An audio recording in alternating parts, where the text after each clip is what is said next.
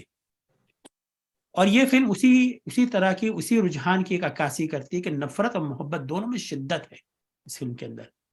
ہمیں بحیثیت قوم ہم لوگ نعرے بازی اور بڑے بڑے دعوے کرنے والوں کو پسند کرتے ہیں, جو بڑا بڑا دھاڑ کے باتیں کر رہا ہے اور ان سے دعوے کر رہا ہے کہ وہ چاہے لال قلعے میں سبز ہلالی پرچم لہرانے کی بات ہو یا 1000 سال تک کی جنگ لڑنے کی بات ہو. یہ سب یہ فضول باتیں ہیں, عقلی دلیل نہیں ہوتی. اور ہم لوگ ہر چیز میں, چاہے وہ معاشرتی مسائل ہوں, سیاسی ہوں یا پھر مذہبی بھی ہوں, ہم عقلی دلیل سے گریز کرتے ہیں, ہمیں پسند نہیں ہے. اور یہ فلم اسی رجحان کو, اسی بات کی عکاسی کرتی ہے جہاں پہ عقل کا عمل دخل نہیں ہے, جہاں پہ یہ نہیں ہو رہا کہ بھائی اس میں کوئی دلیلوں سے بات ہو رہی ہے. یہاں پہ جو ہے صرف بڑے بڑے دعوے ہو رہے ہیں اور انسٹنٹ جسٹس مل رہا ہے, انسٹنٹ جسٹس. ٹھیک ہے, ہمیں فوری انصاف چاہیے, نہ وہ مل گیا. ہم اپنی جو ہے نا اس میں شدت رکھتے ہیں, نفرت میں محبت میں بھی, اور ہم انسٹنٹ جسٹس چاہیے. ہاں یہ فلم وہ ڈیلیور کرتی ہے ہمیں انسٹنٹ جسٹس. پھر ایک بات جو ابھی ذکر ہوا اس کا ڈائلاگ کا نا, یقیناً اس کے ڈائلاگ میں نے فلم دیکھی نہیں تھی, اس کے ڈائلاگ سے میں بھی آشنا تھا. اور یہ ڈائلاگ جو تھے یہ یقیناً اس فلم کا بہت بڑا ایک کنٹریبیوشن ہے کہ یہ ہمارے کلچر کا حصہ بن گئی. جس طرح فلم شعلے کے ڈائلاگ ہیں جو کہ ہمارے عام بول چال کا حصہ بن گئے ہیں, اس طریقے سے اس فلم کے ڈائلاگ بھی ہماری زبان کا حصہ بن گئے. اور دیکھیے ڈائلاگ اور فلموں کے بہت اچھے ہوتے ہیں. اب مغل اعظم کے ڈائلاگ سب سے اچھے تھے اگر دیکھا جائے ہندوستان کی فلموں میں, لیکن وہ عوامی نہیں تھے. جس طرح شعلے کے عوامی ڈائلاگ تھے یا پھر اس فلم کے ڈائلاگ ہیں عوامی ڈائلاگ, تو اس کی بڑی اچھی باتیں تھیں. جو منفی بات ایک اور اس میں نظر آتی ہے مجھے, اس میں یہ کلچر آف وائلنس کو بہت پروموٹ کرتا ہے. ہم لوگ جو ہے ویسے ہماری اتنی زیادہ شدت پسندی ہے, اور اس میں کلچر آف وائلنس کو ڈپکٹ بھی کرتا ہے بلکہ پروموٹ بھی کرتا ہے, کیونکہ خاص طور پہ جو دوسری فلم ہے اس میں انتہائی جو خون خرابہ اور یہ گوری سینز ہیں بہت زیادہ اس کے اندر ہے. پھر اس پہ دوسرا جو چیز یہ پروموٹ کرتا ہے کہ اپنی انسٹنٹ جسٹس کے حوالے سے کہ مائٹ از رائٹ. ٹھیک ہے نا, یہ مائٹ از رائٹ کی بات ہو رہی ہے, یہ نہیں ہے کہ بھئی سچ کیا ہے یا ڈیو پروسیس کیا ہوتے ہیں. پھر اس کو مت سو کہ یہ وائلنس کو گلوریفائی کرتا ہے. خیر یہ الزام تو ہم بہت سی ہالی ووڈ کی فلموں پہ لگا سکتے ہیں, بالی ووڈ کی فلموں پہ لگا سکتے ہیں, لیکن یہ بھی انہیں میں شامل ہے. اور پھر یہ انسینسٹیوٹیز ٹو کلنگ بھی اس کے اندر بہت زیادہ ہے. اتنے زیادہ قتل و غارت, خاص طور پہ یہ دوسری فلم کے اندر, نئی فلم کے اندر اس قدر قتل و غارت ہے کہ مطلب طبیعت تھوڑی مقدر ہونے لگتی ہے. ایک اور چیز کے اندر جو بہت بری ہے وہ اس میں کچھ اسٹیریو ٹائپنگ ہے. اور جس طرح یہ میں دوبارہ یہ نئی فلم کے حوالے سے بات کر رہا ہوں کہ جس میں ایک الہڑ اور بے باک پنجابی لڑکی دکھائی ہے. انہوں نے بہت ہی یعنی ٹپیکل کہا ہے کہ بھئی پنجابی لڑکی جو ہے اس طرح کی ہوتی ہے کہ جو کہ خود پینگے بڑھاتی ہے اور بہت زیادہ بولڈ ہوتی ہے. تو انہوں نے ایک بڑی اسٹیریو ٹائپنگ کی ہے اس میں. جو ایک اچھی چیز بھی ہے اس کے اندر کہ کوئی کیریکٹر پرفیکٹ نہیں ہے, کوئی کردار پرفیکٹ نہیں ہوتا, اور مولا جٹ بھی اپنے خامیوں کے ساتھ ہمیں نظر آتا ہے اس میں. تو تکنیک کے حساب سے یقیناً یہ فلم بہت اچھی ہے, اور مجھے تو ایکٹنگ بھی بہت اچھی لگی, خاص طور پہ ماکھا نت کی, گوہر رشید نے کی. سب سے میں سمجھتا ہوں کہ بہت کم نیگیٹو ایکٹرز ہوتے ہیں جو کہ اتنی اچھی ایکٹنگ جیسے ماکھا نت نے کی ہے. یہ اسی ٹکر کی ہے جیسے امجد خان نے گبر سنگھ بنا تھا شعلے میں, اس کو امر کر دیا. ماکھا نت نے جو کردار ادا کیا ہے, حالانکہ وہ مین ولن نہیں ہے, از اے مائنر ولن, اس کے باوجود ماکھا نت نے کمال کر دیا ہے گوہر رشید صاحب نے, کہ میں سمجھتا ہوں کہ یہ کیریکٹر جو ہے یہ اس کو امر کر دیا ہے گوہر رشید نے. اس کے اندر اب آلریڈی بات ہو چکی اسکیپزم اور سپر ہیرو سنڈروم کی, تو میں نہیں سمجھتا کہ یہ صرف ہمارے ہاں کی ہے, یہ پوری دنیا میں ہے, آلریڈی سے بات ہو چکی ہے. اور ہمارے یہاں جو سارے یہ سپر ہیروز مشہور ہیں آج کل, مارول کامکس ہیں یا پھر ڈی سی کامکس جتنے بھی ہیں, سب مشہور ہیں, ان کا کوئی تعلق نہیں ہے کہ بھئی ہم صدیوں سے اس میں ہم اس میں نہیں ہیں, مطلب یہ ہر ایک کے یہاں ہے سپر ہیرو کا. اب آخری اس میں پوائنٹ میں بتانا چاہوں گا کہ میرے خیال میں لوگوں کو آج کل کے معاشرے میں جو لوگوں کو پسند آتے ہیں مولا جٹ, یہ پہلے ہی پسند آیا تھا, کیونکہ اس میں وہ عمران خان کو مولا جٹ کے طور پہ دیکھتے ہیں کہ عمران خان جو ہے وہ بڑے بڑے دعوے بھی کرتا ہے اور وہ doesn't care about the due processes, right, لیکن وہ جو ہے کیونکہ ہز رائٹ, وہ اپنی پرسنل خامیوں کے باوجود وہ سب کا ہیرو ہے, اور مولا جٹ بھی وہی ڈپٹ کرتا ہے. اور یہ اسے مولا جٹ سے پہلے ذوالفقار علی بھٹو کا تھا, وہ بھی بڑے بڑے دعوے کرنے والے تھے, خواب دکھانے والے تھے, اور اپنی شخصی کمزوری کے باوجود شخصی کمزوریاں بھی تھیں ان میں, اور ڈیو پروسیس فالو نہیں کرتے تھے. تو یہ عمران خان, زیڈ بھٹو اور مولا جٹ کے جو ہے نا, یہ جو مثلث ہے, میں سمجھتا ہوں کہ یہ لوگ ہمارے عوام کے اندر جس طرح اب عمران خان فنامنا ہے سیاسی طور پہ, تو وہ مولا جٹ اس سے ایگری کرتا ہے. تو بہرحال یہ میرا کچھ پوائنٹس تھے, نوٹس تو نہیں تھے میرے کمپلیٹ, لیکن کچھ پوائنٹس میں نوٹ کیے تھے. تو اس کے ساتھ اب میں محترمہ صوفیہ ضمیر آپ سے گزارش کروں گا آپ کی خطاب کے لیے. شکریہ. شکریہ بہت بہت, اور تمام حاضرین کا بہت شکریہ کہ انہوں نے بڑا مفصل تجزیہ مولا جٹ کے بارے میں پیش کیا. جنہوں نے نہیں بھی دیکھی انہوں نے میبل اور میں کی طرح اس کو کسی نہ کسی طرح اس پہ تبصرہ کر دیا. اور اگر آپ نے شفیق الرحمان کا, انہوں نے بھی ایک لکھا ہے, اس کا نام ہے ریویو, اس کا نام ہے, اس میں بھی وہ ایک صاحب تھے جو کتاب سن کے ریویو کر دیتے تھے. تو آپ لوگوں نے بس یہ سوچ کے کہ گڈ ورسز ایول کی تھیم ہے, تو لیٹس جسٹ ریویو اٹ. لیکن بہت اچھے اور بڑے جسے کہنا چاہیے ایپٹ ریویوز تھے, اور بہت مزہ آیا پوائنٹ سن کے. کچھ باتیں تھیں جو میں نے نہیں سوچی تھیں, مثال کے طور پہ جو آپ نے کہا کہ خالص پاکستانی فلم تھی, جو کہ جسے کہنا چاہیے کہ بالکل اپنی مٹی سے اٹھی ہوئی فلم. حالانکہ اس میں پاکستانیت کا مجھے فقدان نظر آیا, لیکن پھر بھی یہ اٹ واز شاید کوئی اور ملک کی فلم نہیں بنا سکتا.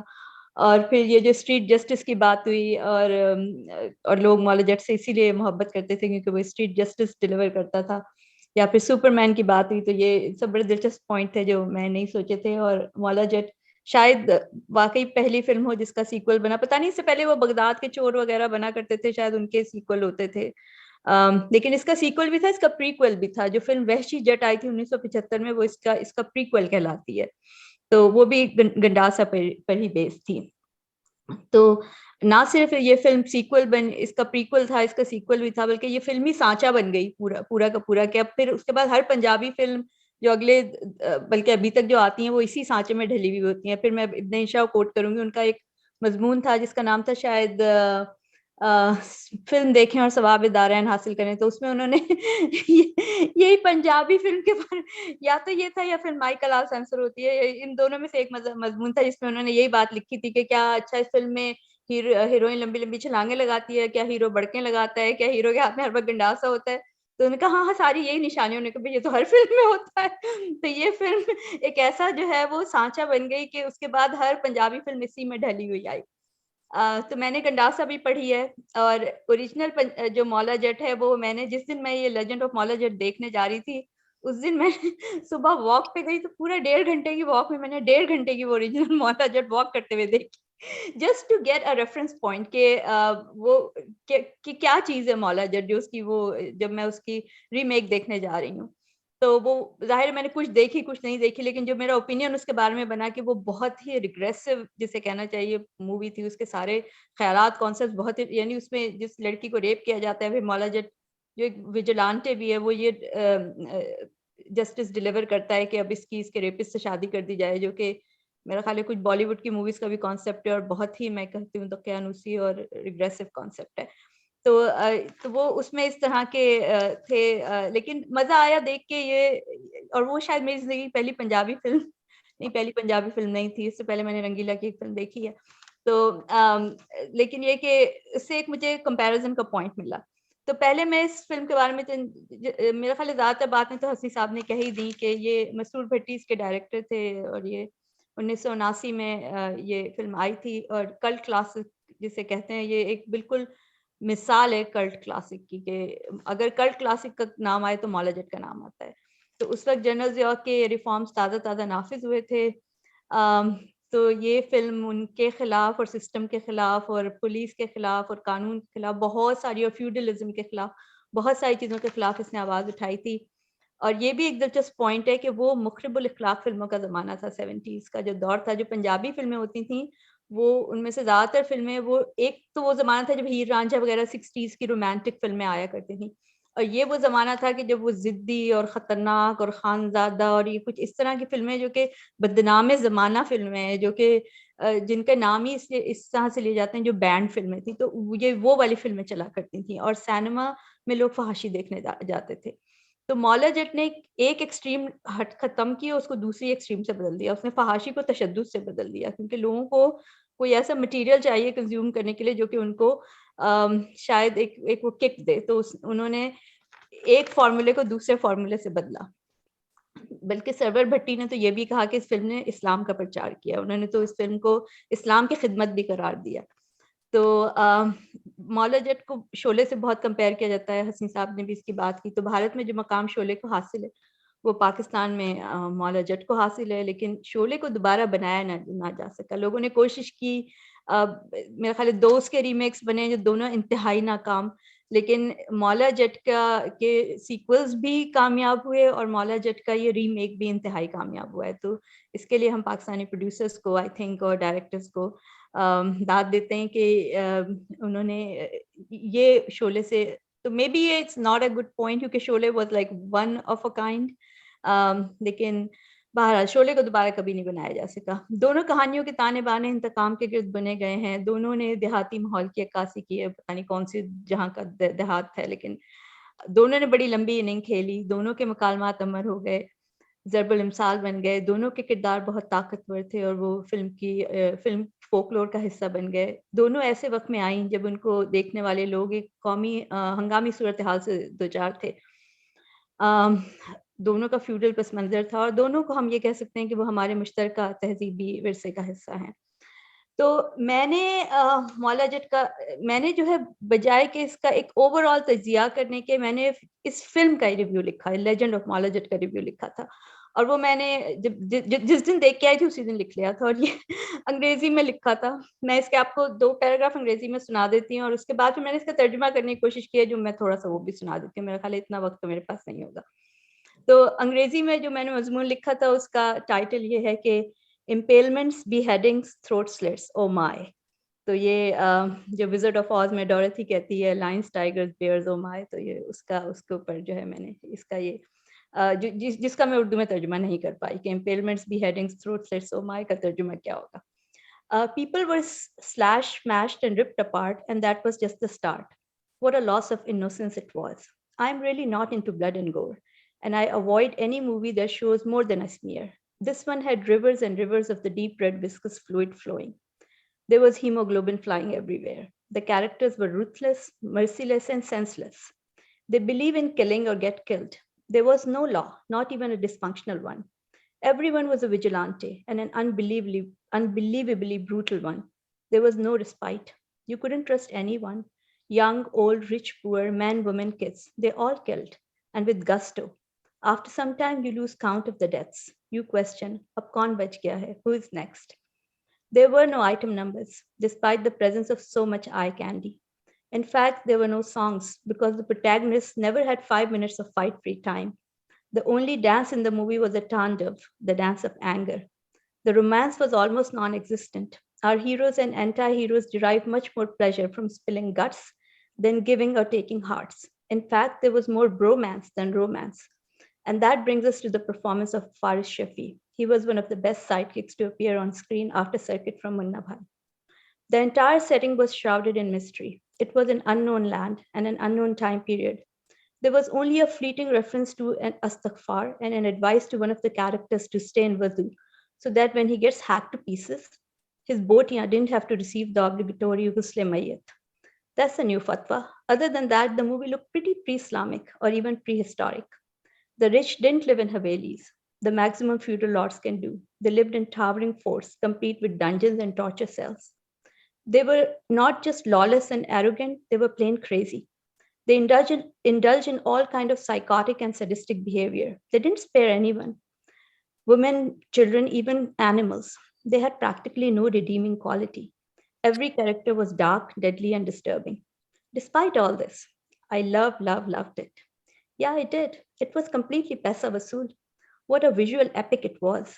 Stunning in every way. I went with high expectations and it was more than I ever expected it to be. It didn't look like Pakistani cinema at all. It was Gladiator, Conan the Barbarian, and Sholay rolled into one, but with much, much better looking people and stronger character. The savages were suave. The barbarians were beefy and brawny. There was grunge on grunge on grunge, and we didn't mind. And we didn't want the grimy guys to clean up a bit. If it was smell-o-vision cinema, we could have smelled the pheromones.